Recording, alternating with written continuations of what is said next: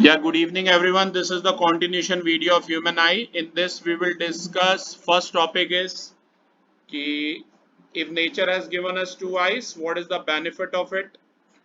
Number one. Number two, death के बाद भी आंखें कितने समय तक खराब नहीं होती, इन सब बारे में हम डिस्कस करेंगे। उसके बाद हम डिस्कस करेंगे कि प्रिज्म के बारे में कि जब लाइट रे प्रिज्म में से पास करती है तो towards the base of the prism झुक जाती है, थोड़ी सी बेंड हो जाती है। उसके बाद ये बात करेंगे कि जो मिस्टर न्यूटन ने एक्सपेरिमेंट में किया था कि जब भी लाइट रे पास करती है किसी ग्लास प्रिज्म में से तो 7 डिफरेंट कलर्स में स्प्लिट अप हो जाती है।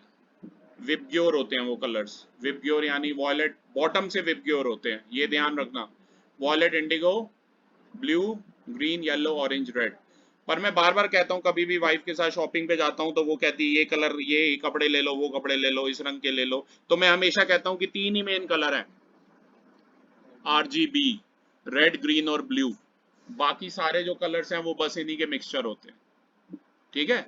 और ऐसे व्हाइट लाइट क्या है, 7 डिफरेंट कलर्स का मिक्सचर होती है। पहले 10th क्लास में कलर्स वाला भी एक टॉपिक था पर अब वो डिलीट हो चुका है। तो क्लास ये सब डिस्कस करेंगे। स्काई का कलर ब्लू क्यों होता है, या दोपहर के समय गर्मियों में जब आप सन को देखोगे तो वो व्हाइट क्यों नजर आता है। और मैंने पहले बताया जिन बच्चों को ऐसा लगता है अरे व्हाइट नजर आता है तो हमें क्या करना है, जैसे गौतम बार बार सवाल करता रहता है नीला है तो सर मुझे क्या करना है, नीला है, नीला हो पीला हो। मार्स पे कलर अलग होता है, वैसे तुम जाओगे ना एटमॉस्फेयर का। तो अगर तुम्हें ऐसा लगता है तो प्लीज गो फॉर कॉमर्स, फिर साइंस के लिए मत जाना आगे 11th में कि नीली पीली चीजें हैं हमें क्या करनी है। लेकिन अगर लगता है, अगर तुम्हारे अंदर क्यूरोसिटी है कि ऐसा क्यों है, तो फिर आप साइंस ऑप्ट करना। ओके क्लास, अब हम टॉपिक से स्टार्ट कर रहे हैं। सबसे पहले टॉपिक है जो मेरी स्क्रीन पर भी है, why we have two eyes for vision. जिन बच्चों के पास लखमीर सिंह है प्लीज लखमीर खोल लीजिए, वरना आपको ग्रुप में ही पेज नंबर 282 मैंने पिक भेजी है।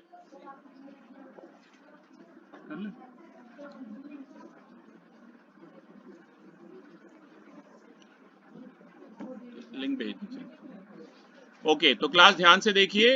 देखिए अगर मतलब सबसे पहली बात है, having two eyes gives a wider field of view. एक वाइडर फील्ड ऑफ व्यू आएगा, मतलब ज्यादा एरिया तक देख पाओगे। अगर तुम वैसे भी दोनों आंखों से देखने की कोशिश करोगे ना, तुम्हें 150 डिग्री तक का ही नजर आएगा।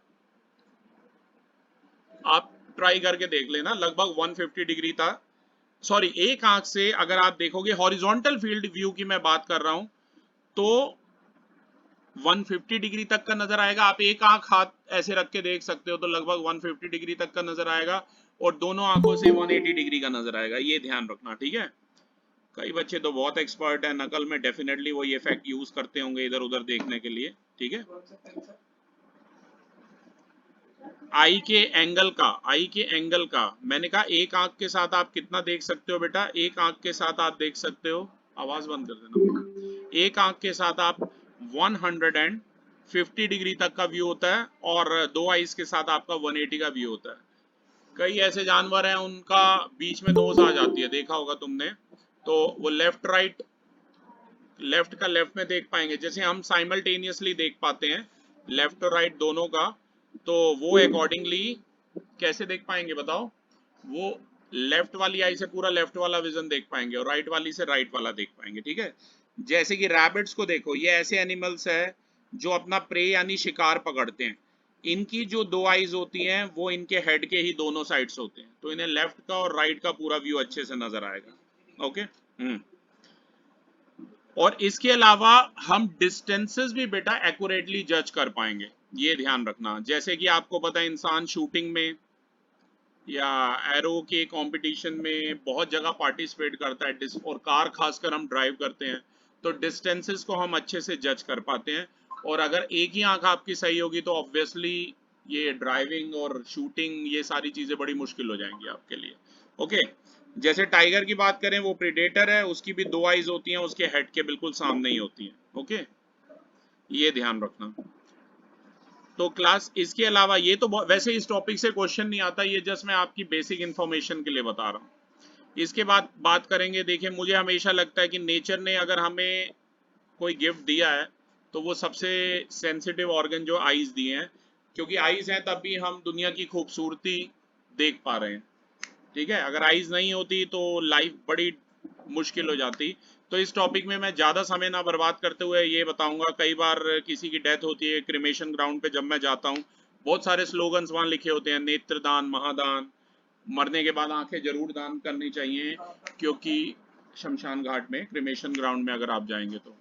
और बहुत सारे चैरिटेबल ऑर्गेनाइजेशंस हैं, ये सब भी इसे प्रमोट करते हैं। I remember at the death of my parents, दोनों बार हमने आंखें डोनेट कराई, वहां से सर्टिफिकेट वगैरह भी मिलता है। और इसकी सबसे अच्छी बात यह है कि एक व्यक्ति की आंखें ना 2 ब्लाइंड लोगों को मिल जाएंगी। मैंने पढ़ा है कि कहीं 70% जो ब्लाइंड है लोग, उनको एक कॉर्निया में प्रॉब्लम है, कॉर्निया रिप्लेस कर देते हैं उनका, राइट। तो उनके कॉर्निया में प्रॉब्लम है और आई डोनेशन वाले बहुत ही कम है। तो मतलब मरने के बाद भी आपके डियर वंस की आईज से वो लोग जीवन को देख पाएंगे। ठीक है, तो ये ध्यान रखना। अब इसके कुछ प्रोसीजर्स हैं, जैसे कि 4 से 6 घंटे के अंदर आई बैंक में आप फोन कर दो, अगर किसी की डेथ हुई मान लो, तो आई बैंक में वहां पर नंबर्स होते हैं, पहले भी आप जाके लिखवा सकते हैं। तो और अकॉर्डिंगली उन्हें कांटेक्ट करो तो उनके आई सर्जन्स आ जाते हैं वहां से। तो जैसे हमारे यहीं जो एनआईटी में ही शमशान घाट है, क्रिमेशन ग्राउंड है, वहाँ बार पर डेड बॉडी को रखते हैं, तो 5 मिनट वो डॉक्टर्स के लिए छोड़ देते हैं, ताकि वो आईज निकाल के उसकी जगह कॉटन लगा देते हैं। क्योंकि हिंदुज्म में तो या किसी भी रिलीजन में उसके बाद तो डेड बॉडी का वैसे ही कोई काम नहीं होता है। लेकिन ये भी मैंने पढ़ा है, बहुत लोग रिलीजन की वजह से भी, जो मिथ्स हैं काफी कि आईज उनके, तो वो लोग दान नहीं देते हैं। ठीक है ना, लेकिन नेत्रदान को महादान कहा गया है। इसके कुछ प्रोसीजर है। तो जब भी अगर डेड पर्सन की आईज के ऊपर में ना, मतलब 10 से 15 मिनट तक मतलब आइस वगैरह रख दी जाती है, ताकि उसकी आंखें खराब ना हो। और आई बैंक मैंने बताया ना, वो वेरियस आई हॉस्पिटल को दे देता है। और दो, अगर हमने किसी अपने नियर वन की आइज दान में दी, तो उससे हम 2 ब्लाइंड लोगों को जीवन दे सकते हैं, ताकि वो देख पाएंगे, उनको एक एक आंख मिलेगी, राइट। और मैंने बताया 70% जो प्रॉब्लम है वो किसमें है, कॉर्निया में प्रॉब्लम है। तो कॉर्निया रिप्लेस कर देते हैं एक ब्यूटीफुल आई से, सही आई से, right. Next we have glass prism. बीच में ऐश्वर्या राय की एड आती थी, आई रिमेंबर, आई डोनेशन के ऊपर, काफी लोग मोटिवेट हुए थे उससे अपनी आंखें दान करने में। यस बेटा। तो वो जो प्रॉब्लम, अगर मान लो मुझे मायोपिया है और मेरी डेथ के बाद मेरी आइज किसी को दी जाएंगी, तो ऑब्वियसली उसे भी मायोपिया होगा, राइट। नहीं, देखो मायोपिया हाइपर में एक अंधे व्यक्ति को क्या चाहिए यार, वो ये तुमसे आर्गुमेंट करेगा, नहीं भैया मुझे मायोपिया वाली मत दो, सही वाली आई दो। ऐसे कोई आर्गुमेंट नहीं करेगा, राइट। जो मिल रहा है सो मिल रहा है, ये है। हाँ बोलो।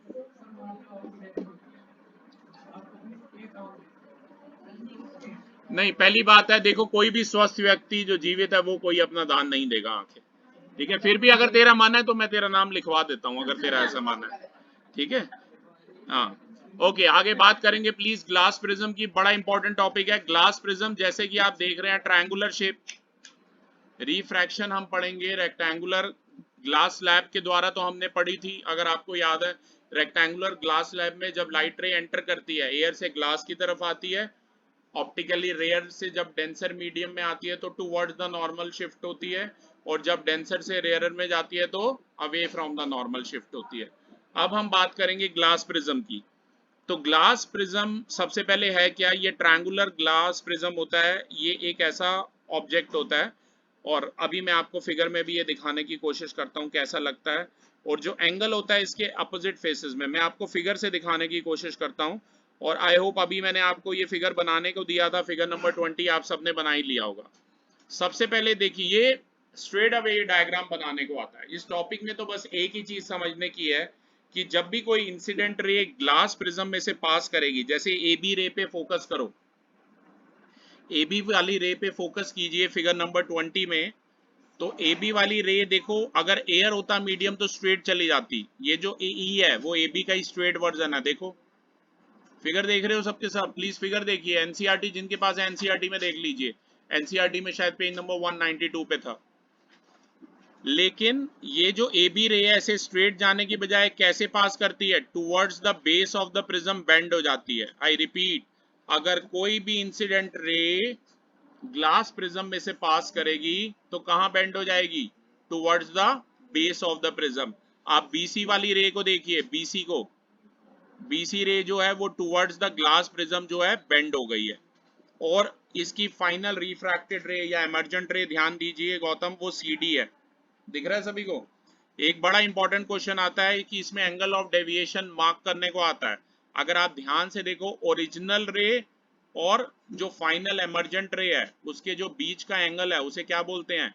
एंगल ऑफ डेविएशन बोलते हैं, एंगल ऑफ डेविएशन बोलते हैं। और ये जो एंगल पी दिख रहा है ऊपर, जो ट्रायंगल की दोनों आर्म्स मिलके एंगल बना रही है, वान्या, ट्रायंगल की जो ट्रायंगल की दोनों आर्म्स मिलके एंगल बना रही है, वो कौन सा एंगल है? वो एंगल ऑफ प्रिज्म है। Am I clear? मैं चाहूंगा आप इसमें बस डायग्राम की प्रैक्टिस करें, और एक बात याद रखें कि जब भी कोई इंसिडेंट रे ग्लास प्रिज्म में से पास करती है तो बेटा कहां डिफ्लेक्ट हो जाती है? वो towards the base of the prism. इसमें नॉर्मल नहीं है, बेस ऑफ, नॉर्मल तो इसका देख टिल्टेड है, एन डैश देख रहा है, नॉर्मल इसके टिल्टेड है, देख ध्यान से, towards the base of the prism deflect हो जाती है, याद रखना। तो बेंड कर जाती है। हम ऐसा भी कह सकते हैं कि जब भी कोई रे ऑफ लाइट पास करेगी प्रिज्म में से तो बेंड कर जाएगी towards the thicker part of the prism, और थिकर पार्ट प्रिज्म का क्या होता है? बेस होता है। आप अपने स्कूल में उनसे रिक्वेस्ट कर सकते हैं प्रिज्म और ग्लास स्लैब दिखाने को आपको। अगला डिस्पर्शन, मिस्टर न्यूटन का बड़ा इंपॉर्टेंट एक्सपेरिमेंट है, पेज नंबर 286 है शायद ये। आप लोगों ने, ये सर आइजैक न्यूटन ने ही दोनों एक्सपेरिमेंट किए थे क्लास। इन्होंने क्या किया था, व्हाइट लाइट को पास कराया था ग्लास प्रिज्म में से, तो कितने कलर्स में स्प्लिट अप हो गई थी? 7 डिफरेंट कलर्स में स्प्लिट अप हो गई थी। बॉटम से विबग्योर है, ध्यान से देखो, बॉटम से सर सबसे ज्यादा ट्रैवल रेड लाइट करेगी। देखिए ध्यान से सुनिए, वॉयलेट कलर सबसे ज्यादा डेविएट होता है, और जो सबसे ज्यादा डेविएट होगा वो सबसे कम डिस्टेंस ट्रैवल करेगा। और सबसे कम डेविएट कौन हो रहा है? कम डेविएट रेड हो रहा है। ध्यान से सुनिए, रेड हो रहा है, तभी red colour as a danger signal use होता है, क्योंकि उसकी वेवलेंथ सबसे ज्यादा होती है। इसका मतलब वेवलेंथ सबसे ज्यादा का मतलब है वो सबसे ज्यादा डिस्टेंस ट्रैवल कर पाएगा। और जो ब्लू कलर है उसकी इंटरमीडिएट होती है, बीच की होती है। बेटा इतना याद रखना, रेड की वेवलेंथ सबसे ज्यादा है, तभी red colour as danger signal use होता है। सबसे ज्यादा डेविएट कौन सा कलर होता है? वॉयलेट। कौन सा होता है? वॉयलेट। और सबसे ज्यादा स्कैटर कौन सा कलर होता है? ब्लू। ब्लू स्कैटर, स्कैटरिंग अलग फंडा है, स्कैटरिंग है throwing up of light in various direction. Red colour की वेवलेंथ सबसे ज्यादा होती है, जिसकी वजह से वो सबसे ज्यादा दूर डिस्टेंस तक भी देखा जा सकता है, तभी तो रेड कलर को एज अ डेंजर सिग्नल भी यूज करते हैं।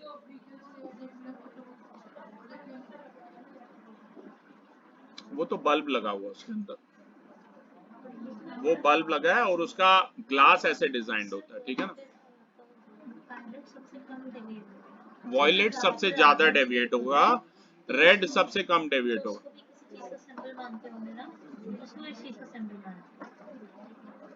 अभी फिलहाल इसमें यही आएगा क्वेश्चन आपसे, जब पूछा जाएगा कि सबसे ज्यादा कौन सा कलर डेविएट होता है, तो आंसर है वॉयलेट। सबसे ज्यादा वेवलेंथ किसकी है, यानी सबसे ज्यादा सबसे कम कौन सा कलर डेविएट होता है, तो आंसर है रेड। और सबसे ज्यादा स्कैटर कौन सा कलर होता है, तो आंसर है ब्लू। स्कैटरिंग क्या है, ध्यान से सुन लो, throwing up of light in various direction.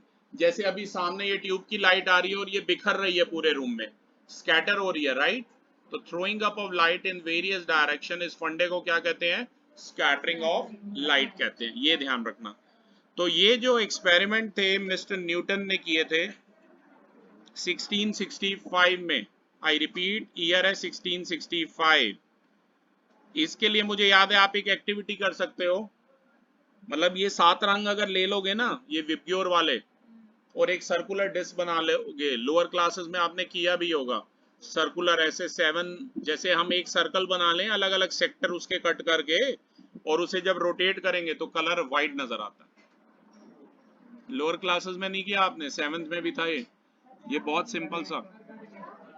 आप एक सर्कल बना लीजिए, अलग अलग सेम एंगल के सेक्टर्स कट कर लीजिए इन्हीं 7 रंगों के, और जब उसको घुमाओगे उस सर्कुलर डिस्क को तो कौन सा कलर नजर आएगा? व्हाइट नजर आएगा। तो ये एक्सपेरिमेंट ये बताता है कि white colour is a combination of 7 different colours. हाँ कर दूंगा, डोंट वरी। इसके बाद पेज नंबर 287 पे आइए क्लास। पेज नंबर 287 पर आप देख सकते हैं, मैं सिर्फ लकमीर की बात करता हूँ, या लकमीर खुली पड़ी है मेरे पास। क्लास पेज नंबर 287 पर आइए।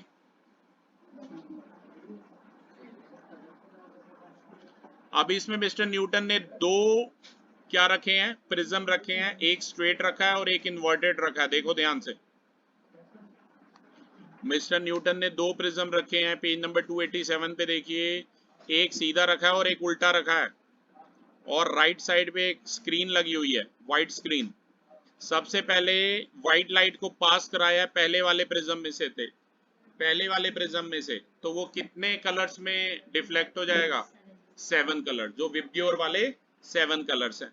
और वही 7 कलर जब इन्वर्टेड प्रिज्म में से पास करेंगे तो वो क्या देंगे? फाइनल प्रोडक्ट व्हाइट लाइट देंगे। ठीक है, अब अगली बात करते हैं। ये आई होप ये क्लियर है, ये तो बहुत सिंपल है, आप लोअर क्लासेस में पढ़ते भी आए हैं, कोई नई चीज नहीं है। अब बात करते हैं इंद्रधनुष की, यानी कि रेनबो की बात करेंगे। रेनबो देखा आपने? कब देखा है बताओ लास्ट? रेनबो बनने की कंडीशन होती है या तो बारिश के बाद एकदम धूप निकल आए, या बारिश भी हो रही है और धूप भी निकली हो। ये दो कंडीशंस होती हैं। अगर आपने इसके अलावा कभी मतलब साफ मौसम में आपको एकदम रेनबो नहीं बन जाएगा, ये ध्यान रखना। ठीक है, तो ये दो कंडीशंस ध्यान रखना। रेनबो एक आर्क होता है 7 कलर्स का जो विजिबल होते हैं स्काई में, which is produced by the dispersion of sun's light by raindrops in atmosphere. अब होता क्या है, बारिश के बाद भी छोटी छोटी बारिश की बूंदें जो हैं वो स्टिल एटमॉस्फेयर में रह जाती हैं। बातें मत करिए। बारिश के बाद छोटी छोटी बूंदें कहीं वाटर ड्रॉपलेट्स जो हैं स्काई में रह जाएंगी, राइट? अब जब सनलाइट उसमें से पास करेंगी तो वो छोटी बारिश की जो बूंदें थी वो टाइनी प्रिज्म की तरह बिहेव करेंगी। पानी की जो बूंदें हैं वो प्रिज्म की तरह बिहेव करेंगी। और आपको पता है कि जब प्रिज्म में से व्हाइट लाइट पास करती है, सन की लाइट पास करती है, तो कौन से 7 कलर्स देती है? विबग्योर वाले। तो ऐसे इंद्रधनुष बनता है। समझ आई बात? वाटर बिहेव करेगा ग्लास की तरह। Those tiny droplets of water will behave like glass prism। ये ध्यान रखना। अभी लास्ट मुझे याद है 2-1 साल पहले डबल रेनबो भी बना था बारिश के बाद, आई रिमेम्बर। तो रेनबो बनने की एक कंडीशन ध्यान रखना आप लोग। हाँ, वो भी सेम फंडे से बनता है। हाँ, वो रह जाती है ना जो बारिश, हाँ, उन्हीं में से जब व्हाइट लाइट पास करेगी तो वो सारी की सारी ड्रॉपलेट्स प्रिज्म की तरह बिहेव करेंगी, और उन्हीं की कॉम्बिनेशन से आप वो जो 7 कलर्स देख पाते हो। बेटा इनफाइनाइट नंबर ऑफ ड्रॉपलेट्स होंगी ना, एक ड्रॉपलेट कैसे होगी? इसके बाद पेज नंबर 288 पे देखिए, ट्यूबलाइट से आप देख सकते हैं सीडी की कॉम्पैक्ट डिस्क के जो मतलब पार्ट होता है उस पे भी आप देख सकते हैं रेनबो, राइट? आप पेज नंबर 288 पे एक ये फिगर है, ये भी आप देख सकते हैं जिसमें व्हाइट लाइट पास कर रही है और रिफ्रैक्शन फिनोमिना हो रहा है और डिस्पर्शन फिनोमिना हो रहा है। ठीक है क्लास, अब मैं आपको टाइम देता हूँ 2-4 आप ये क्वेश्चन सॉल्व कीजिए, फिर हम आगे पढ़ेंगे। Thank you.